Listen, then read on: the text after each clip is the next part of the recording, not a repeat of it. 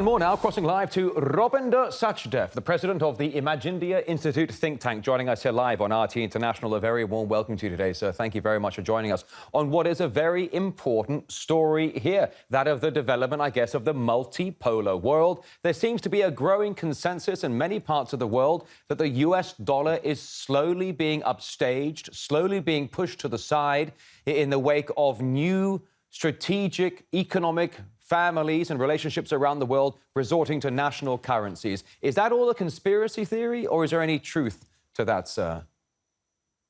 Thank you so much. No, I mean, there's a truth to it, but the issue is that, how much would this progress, this, decoupling from the dollar, and there would come a time when I think the US will kind of get more active to prevent this decoupling of the dollar.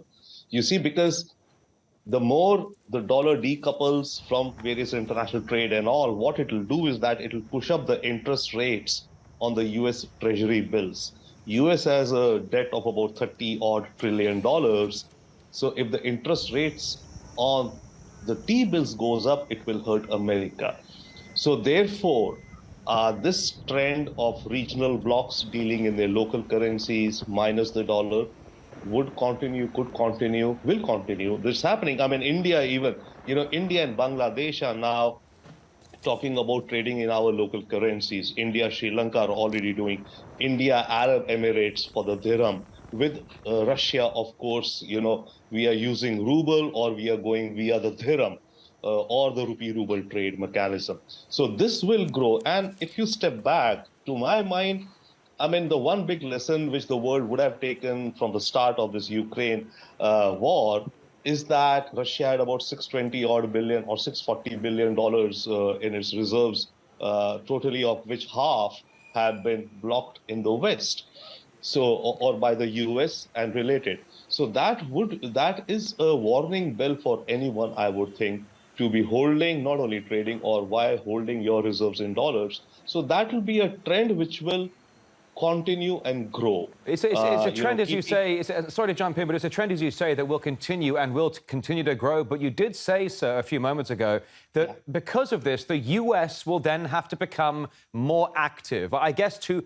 protect the #1 reserve currency in the world. How do you think, sir, that the US would become more active to protect the dollar? What are you suggesting?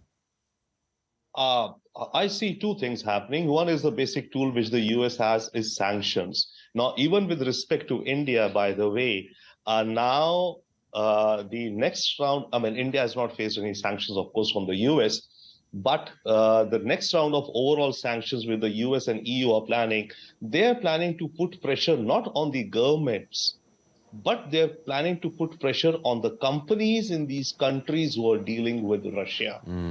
So, for example, with India, now it won't be that they'll tell the Indian government that, you tell your Reliance or Nayanara, which, by the way, is a joint venture with Rosneft, not to, buy Russian crude or buy it only in dollars at the cap price. What they will do is that they will announce secondary sanctions on targeted companies. These specific companies cannot be dealing, let's say, you call it sanctions. You call it sanctions, Mr. Sachdev. Other people might just call it bullying. I wanted to ask you, if I may, certain professional partners in the West have floated ideas of sanctioning India for continuing its cooperation with Russia and, of course, for getting a great deal on buying Russian oil. The one thing the mainstream media is not telling anybody is that it is the Western professional partners who are buying the Russian oil from India. Your thoughts? Yes. No, absolutely. See, that is what happened. If you look back over the past 1 year, the initial few months, India was on the sidelines and there was too much attention within Europe and Russia all going on.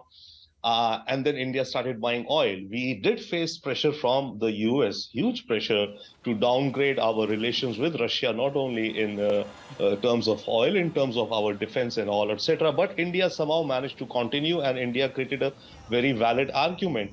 But now what is happening? Now the West is discovering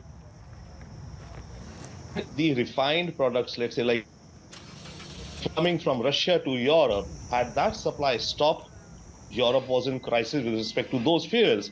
But it's become a good via media that, Russian crude comes to India, India refines, India exports to Europe. So the world markets for diesel, for example, are remaining stable, which the West wants. So Europe is benefiting from this transaction in an indirect way, while at the same time saying that, yes, they're cutting down their links with Russia. Well, that's just, I mean, that's just it, isn't it? Because, European politicians are saying, yay, we have cut off Russian energy. We will no longer help to finance the coffers for the conflict in Ukraine. But don't tell anybody we're still buying Russian energy just from India. Robinder Sachdev, I wish we had more time to talk about this. The president of the Imaginea Institute think tank, joining us live here on RT International. Really appreciate your time. Thank you very much. Thank you. My pleasure. Thank you. And thank you for your time as well for joining us for this program live from Moscow. We return at the top of the hour.